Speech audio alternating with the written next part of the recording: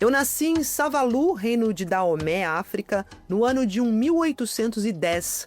Portanto, tinha 6 anos, quase 7, quando esta história começou. O que aconteceu antes disso não tem importância, pois a vida corria paralela ao destino. Essa história atravessa séculos. O meu nome é Kendé, porque sou uma Ibeje e nasci por último. Minha irmã nasceu primeiro e por isso se chamava Taiwo. Antes tinha nascido meu irmão, Kokumo, e o nome dele significava: não morrerás mais, os deuses te segurarão. O Kokumo era um abiku, como a minha mãe. O nome dela, Durorike, era o mesmo que fica, tu serás mimada. A minha avó, Durojaie, tinha esse nome porque também era uma abiku, e o nome dela pedia: fica para gozar a vida, nós imploramos.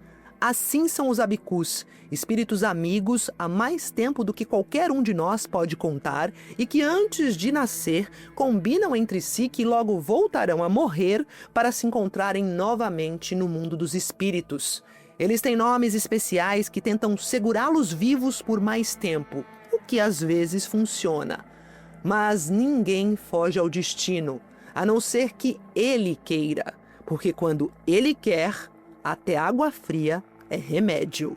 E atravessa também o Oceano Atlântico. Uma história contada magistralmente no livro Um Defeito de Cor. A minha avó disse que estava se sentindo fraca e cansada, que perdia a força e a coragem longe dos seus vuduns, pois tinha abandonado a terra deles. Durante 2 dias ela me falou sobre os vuduns, os nomes que podia dizer, as histórias, a importância de cultuar e respeitar os nossos antepassados. Mas disse que eles, se não quisessem, se não tivessem quem os convidasse e colocasse casa para eles no estrangeiro, não iriam até lá. A minha avó morreu poucas horas depois de terminar de dizer o que podia ser dito. Poucos dias depois que jogaram a minha avó ao mar, avisaram que estávamos chegando, que da parte de cima do tumbeiro já era possível enxergar terra de um lugar chamado Brasil. Foi só então que os mussurumins acreditaram que não estávamos indo para Meca e ficaram bravos por terem sido enganados, dando pontapés e murros nas paredes do navio. Eles calaram o protesto, mas rezaram por horas a fio, em voz baixa e todos juntos. Uma oração monótona e repetitiva, um lamento tão triste que o coração da gente até virava um nó. Um romance histórico que testemunha o peso e a força de quem ousou sobreviver. Depois que percebemos que o navio tinha parado, ficamos por muitas horas ouvindo grande movimentação, barulho de coisas sendo arrastadas e de vozes gritando ordens. Eu estava ansiosa para saber se o branco que tinha me escolhido estaria no desembarque e se ainda ia me querer. No meio da tarde, eu já sentia muita fome, pois a comida não tinha dado para todo mundo. Os que estavam ali antes da nossa chegada foram os únicos a se servir, e em quantidades moderadas. Foi quando entrou um homem muito distinto, de meia idade, seguido de perto por 2 pretos também alinhados, embora tivessem os pés descalços.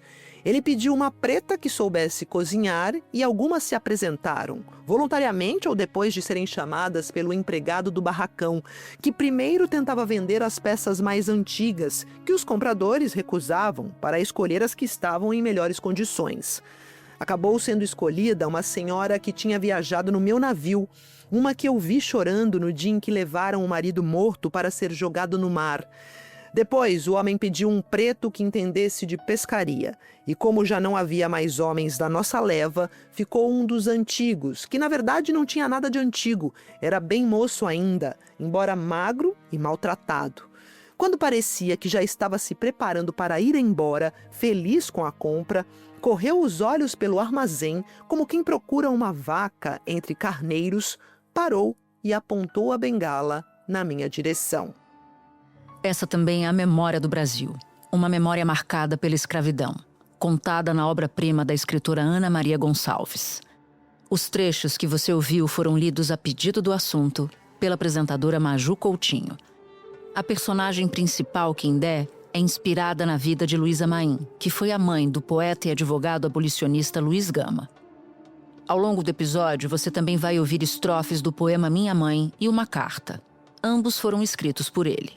Quem lê esses trechos, também a convite do assunto, é o ator Lázaro Ramos. dediquei-lhe os versos que com esta carta envio-te. Quendé, ex-escravizada negra, é quem conta a história do nosso país. No amontoado de papéis, um livro de quase 1000 páginas. Na realidade brasileira, um passado que até hoje se perpetua, com muitos reflexos sociais que demoram a ser reparados.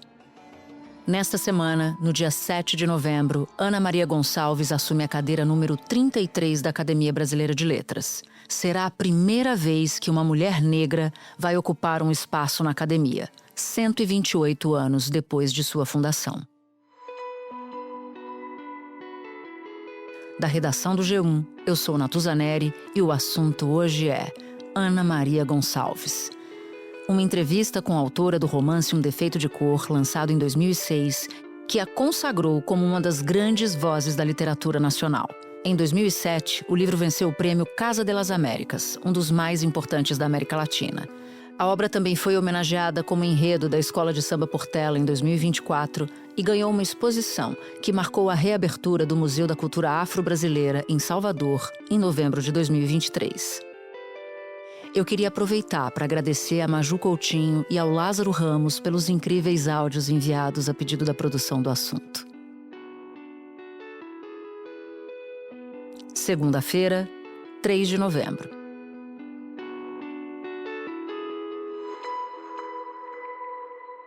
Ana Maria Gonçalves, é um prazer imenso, um privilégio conversar com você aqui. Você que é a primeira mulher negra a ser eleita para uma cadeira na BL, além de ser a 13ª mulher na instituição. E eu queria começar puxando um levantamento que foi feito em 2019, apontando que você era a 8ª mulher negra a ter publicado um romance no Brasil até o ano de 2006. Então eu te pergunto, o que esses números nos dizem sobre a história e o lugar da mulher negra na literatura brasileira? Eu acho que são números que refletem um caráter muito particular da sociedade brasileira. E quanto a gente, apesar de há muito tempo já ter competência, já ter qualidade no trabalho, já ter condições de ter ocupado esses lugares, a gente ainda não ocupa. E eu acho que dá para analisar isso em várias camadas, né? Uma delas, eu acho que é o que o Roberto da Mata fala do Brasil ser uma sociedade do compadrio. Ninguém quer ser um João Ninguém, todo mundo quer ser alguém. Essa oposição entre alguém e ninguém é o que gerou. Não sabe o que está falando, né? O jeitinho, né? Então, que são reações anti-igualitárias. Você conhece o fulano? Conheço. É meu tio. Ah, você devia ter falado antes, cara. Por que você não falou antes? Então, essas reações, esse tipo de bússola que nós usamos para nos orientar quando nós estamos diante de desconhecidos ou em situações novas, é uma bússola que mede quem está em cima e quem está embaixo. Não é uma bússola da modernidade democrática liberal. Então, eu vejo muito isso no mercado literário, principalmente até algum tempo, né, onde quem publicava no Brasil pelas grandes editoras e com isso trazendo mais visibilidade para o seu trabalho, né, eram geralmente homens brancos da região sudeste, mais particularmente dizendo de Rio e São Paulo.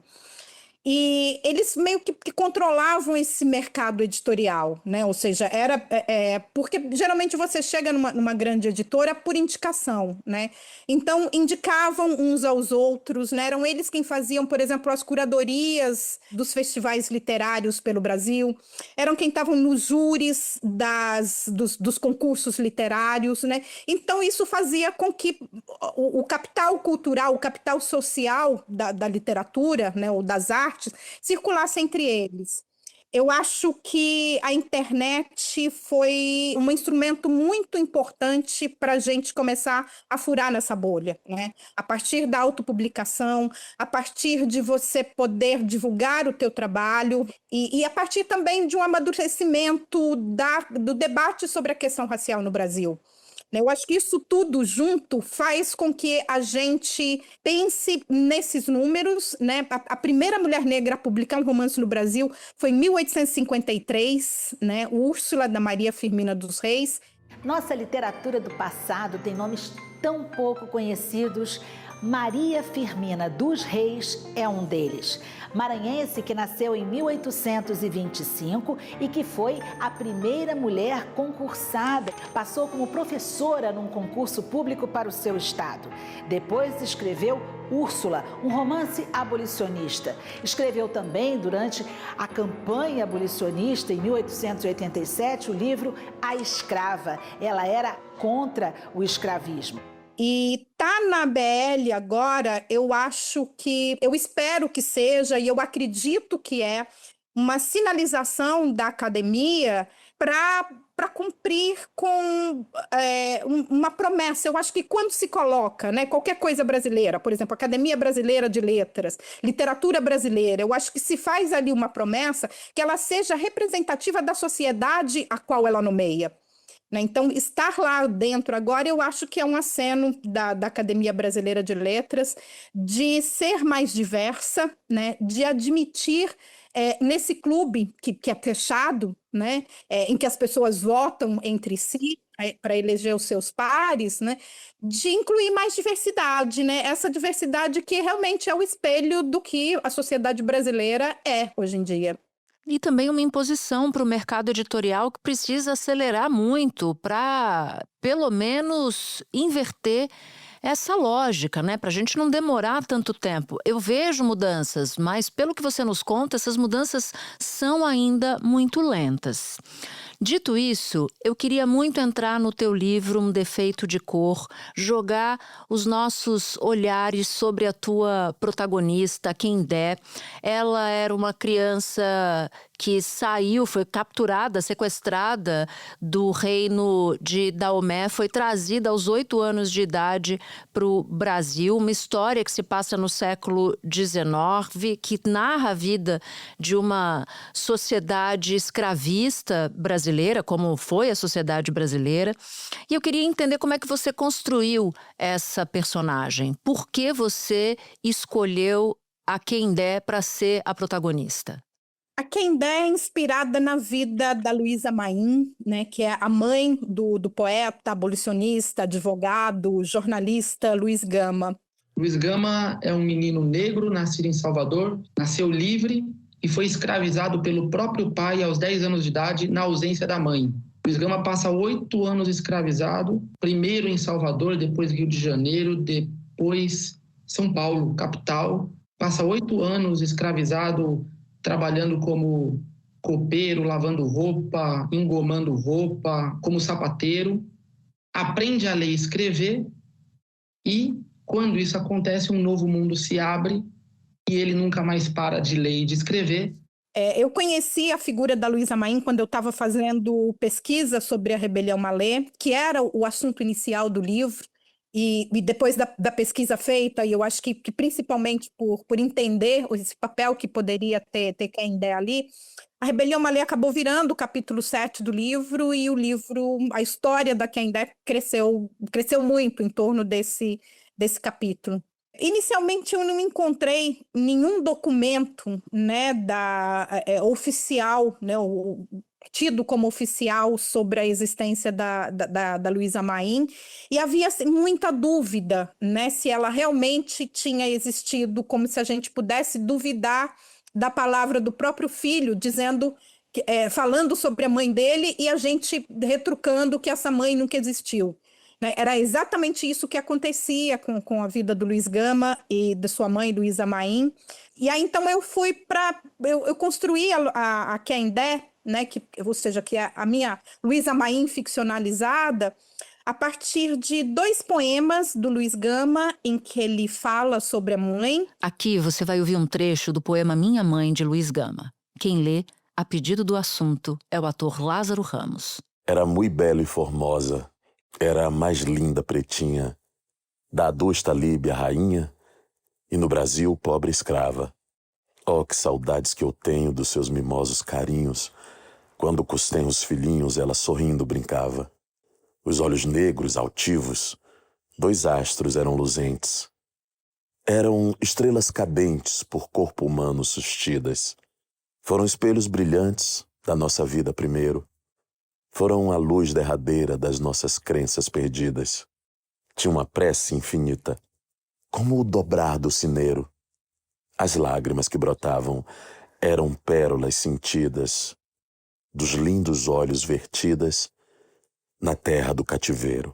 E 2 parágrafos de uma carta autobiográfica que ele escreve para um amigo, também contando sobre ela e contando que ele tinha procurado por ela em determinadas regiões, em determinados locais. De novo, você ouve a voz do ator Lázaro Ramos, que gravou pra gente trechos dessa carta escrita por Luiz Gama. Sou filho natural de uma negra africana livre da Costa Mina. Nagô de nação, de nome Luísa Maim, pagã, que sempre recusou o batismo e a doutrina cristã. Minha mãe era baixa de estatura, magra, bonita. A cor era de um preto retinto e sem lustro. Tinha dentes alvíssimos como a neve. Era muito altiva, geniosa, insofrida e vingativa. Dava-se ao comércio, era quitandeira, muito laboriosa, e mais de uma vez na Bahia foi presa, como suspeita de envolver-se em planos de insurreição de escravos que não tiveram efeito. Era dotada de atividade. Em 1837, depois da Revolução do Dr. Sabino na Bahia, veio ela ao Rio de Janeiro e nunca mais voltou. Procurei-a em 1847, em 1856 e em 1861 na corte, sem que a pudesse encontrar. Nada mais eu pude alcançar a respeito dela.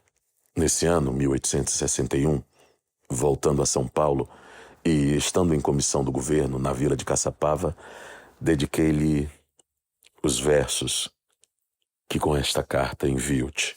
Então eu procurei por documentos, né, que me contassem da vida das mulheres nesses locais e nessas épocas onde a Luísa Maim poderia ter estado e passado, né? Então a personagem ela é construída a partir de recortes, né, de retalhos, de pequenos lampejos de existências, do quem eu não contei, mas do que eu acredito ser em torno entre 350 a 400 mulheres, né? Então eu acho que ela é uma boa representante de uma possibilidade de existência sob aquelas condições naquele período de tempo. E agora, assim, eu sempre digo, viu que acharam alguns documentos, né, que provam a existência da Luísa Maim. Depois do livro? Depois do livro, eu acho que agora há 2 meses, mais ou menos, a gente teve a notícia da encontro de documentos por 2 professoras da Universidade Federal da Bahia, né? E eu tô assim, e a minha reação né, eu já sabia, eu avisei, né? Eu sempre digo que o Luiz Gama não era filho de chocadeira, né? É óbvio que ele tinha uma mãe e é óbvio que a gente está muito acostumado na sociedade brasileira, né, marcada pela escravidão e no racismo, e principalmente naquela época da existência do Luiz Gama, a duvidar da palavra de um homem negro, né? E agora a gente, eu acho que muita gente igual eu já não duvidava e agora não podemos mais duvidar com o encontro, então, desses documentos.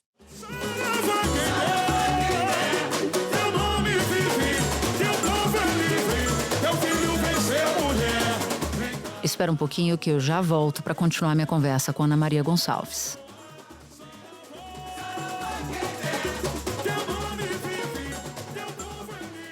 Eu queria lançar um olhar teu, naturalmente, sobre o Brasil de 2006, que é quando você lança Um Defeito de Cor.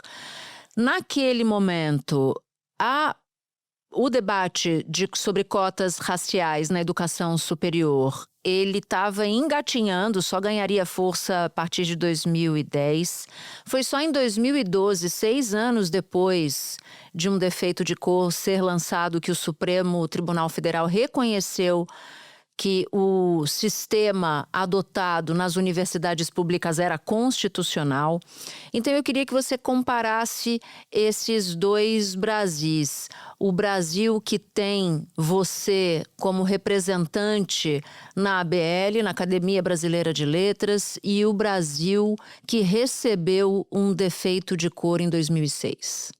Era um Brasil, como você disse, que exatamente estava ali iniciando o debate público, né, sobre cotas, porque esse é um debate que vem sendo feito dentro dos movimentos negros há muito mais tempo, né? Mas para a sociedade ele surge naquele momento. E eu acho que o livro teve a grande sorte de pegar um momento onde estava se procurando entender parte desse passado que justificasse a existência de cotas para pessoas negras, né? Entender o que foi a escravidão e como ela ainda continuou atuando, né? E mostrando seus tentáculos ali na vida da população afrodescendente brasileira, ainda nos dias atuais.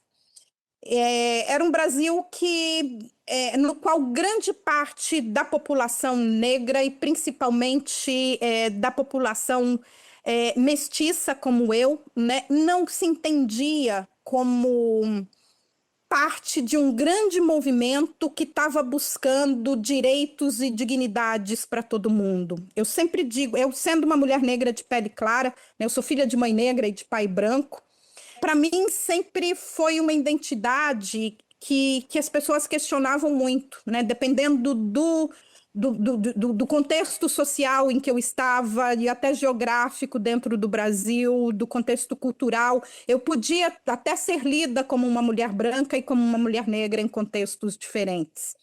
E esse livro, para mim, foi a minha reafirmação, né? A reafirmação de entender de onde é que eu vinha, né? Qual era a história que embasava esses movimentos de luta que os meus antepassados vêm feito desde sempre, que pisaram aqui no Brasil, escravizados, né? E lutando para retomar a sua própria liberdade. Mais de 92 milhões de pessoas se declararam pardas. Isso representa 45% da população do país, ultrapassando pela primeira vez o número de brancos, que ficou em pouco mais de 88 milhões de pessoas, ou seja, 43% dos habitantes. 20 milhões de brasileiros se identificaram como pretos, mais que no último censo em 2010. O presidente do IBGE diz que o censo retrata um avanço na conscientização e na forma como os brasileiros se enxergam. Até o primeiro censo realizado no Brasil, em 1872, se interpretava o Brasil como sendo um país europeu, formado majoritariamente por brancos, alfabetizados e católicos. O trabalho de conscientização permitiu que o censo realizado pelo IBGE fosse cada vez mais percebido como um avanço da população não branca no Brasil. Isso é uma expressão de uma conscientização que está em curso no Brasil. No censo, o termo pardo significa quem se identifica com uma mistura de duas ou mais opções de cor ou raça, incluindo branca, preta, parda e indígena. O Brasil de hoje, né, em que eu sou eleita para a Academia Brasileira de Letras, a 13ª mulher, a primeira mulher negra, é um Brasil que está começando a entender que, ao acessar esses lugares, né, na verdade a gente chega para ampliar. Não é para tirar direitos de ninguém, né? Não é para substituir, não é para roubar vaga, mas é para ampliar e colaborar, né, na construção de um país que vai ser mais digno e mais interessante, mais importante, mais forte para todo mundo.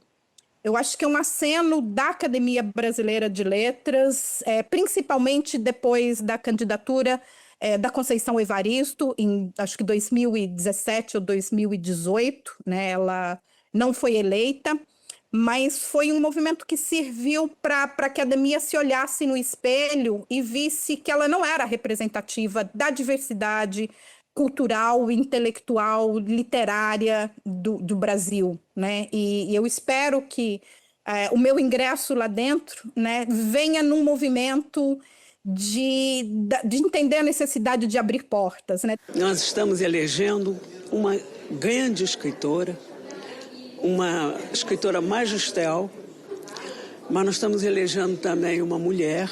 Essa é uma vitória de um Brasil diferente, de um Brasil que é feito de nós todos. Uma intelectual ativa, atuante, diversa, plural, né? E que vai mostrar como uma instituição como a ABL é uma instituição aberta ao passado, de olho no nosso presente, mas que quer mesmo é abocanhar o futuro. E o futuro no Brasil só pode ser diverso. Depois dessa candidatura da Conceição Evaristo, por exemplo, a gente teve eleição de Gilberto Gil, de Ailton Krenak, né, e agora a minha, né? Então eu acho que isso foi muito significativo e muito importante da gente fazer com que essa instituição, né, tão tradicional e tão importante, e que guarda esse bem tão valioso que é do povo, né, que é a língua, que é a sua própria língua, né, seja representativa desse povo. Você usou algumas vezes a expressão escravizado e nós temos na audiência do assunto muitos adolescentes que vão tentar a faculdade. E acho que vale muito a pena explicar por que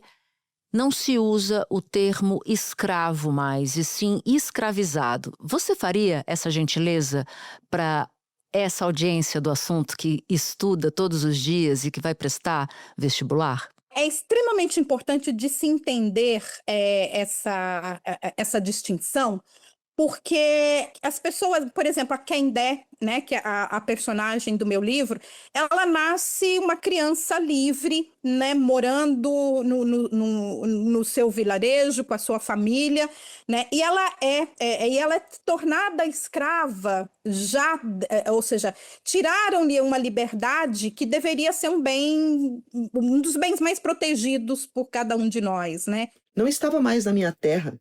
Não tinha mais a minha família. Estava indo para um lugar que não conhecia. Não sei dizer o que sentir. Se tristeza, se felicidade por continuar viva ou se medo. Mas a pior de todas as sensações, mesmo não sabendo direito o que significava, era a de ser um navio perdido no mar e não a de estar dentro de um. Então, não é que ela nasceu nessa condição de escrava, né?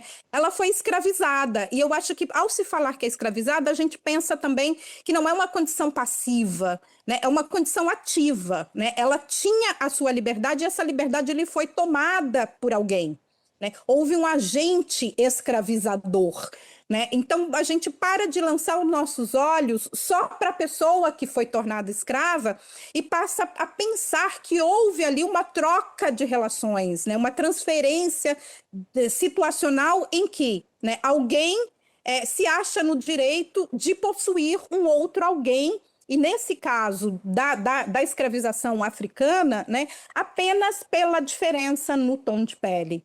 Te agradeço muito por isso e aproveito para te perguntar sobre o que você está escrevendo agora. É sobre menopausa, não é? Isso. Eu costumo escrever várias coisas ao mesmo tempo, Natuza, porque eu entendi que um texto ele trava em alguns momentos, e para eu não ficar parada nele, eu trabalho em vários, travou um, eu passo para outro. E a menopausa foi um assunto que me atravessou ultimamente e que me modificou da maneira mais profunda, eu acho que desde da grande mudança que eu fiz na minha vida ao abandonar a publicidade para ir morar em Itaparica e virar escritora. E para mim aconteceu durante a pandemia e eu não estava entendendo o que estava acontecendo comigo. Porque a gente acha, é um assunto que agora sim eu acho que tá tomando corpo, né? A gente tá conseguindo falar dele com mais liberdade, com mais propriedade, com mais conhecimento. Mas durante muito tempo foi um grande tabu, né? Eu nunca tinha conversado com a minha mãe ou com a minha avó, com as minhas tias sobre menopausa. Então eu não sabia o que eu sentiria, o que aconteceria comigo. E aí, sendo, né, a gente no processo de confinamento durante a pandemia, né, eu estava triste, eu estava estressada, eu não conseguia dormir, e eu achava que era tudo por causa só da pandemia, né, por aquela situação que a gente estava vivendo. E demorou muito, eu acho que eu estava nesse processo de perimenopausa durante uns 3 anos até eu entender que aquilo era perimenopausa, que aquele conjunto de sistemas, né, era o meu corpo com uma crise de abstinência enorme em relação a um hormônio que ele parava de produzir. Alguns hormônios que ele parava de produzir. E aí, então, eu resolvi que eu queria escrever sobre isso, né? Pelo menos, a minha escrita, ela é muito levada a assuntos que me provocam, e eu começo a fazer a pesquisa por mim mesma, né? Ou seja, para atender uma necessidade, e eu vi que tinha muito assunto para se conversar sobre isso, né? E como tem, hoje eu falo que eu estou escrevendo um livro sobre a menopausa, e as mulheres todas, e é muito bonito, né? Querendo colaborar, querendo contar a sua experiência, porque cada experiência é única, querendo colaborar com esse processo de escrita e discutir, porque a gente foi muito calada por esse assunto durante muito tempo, né?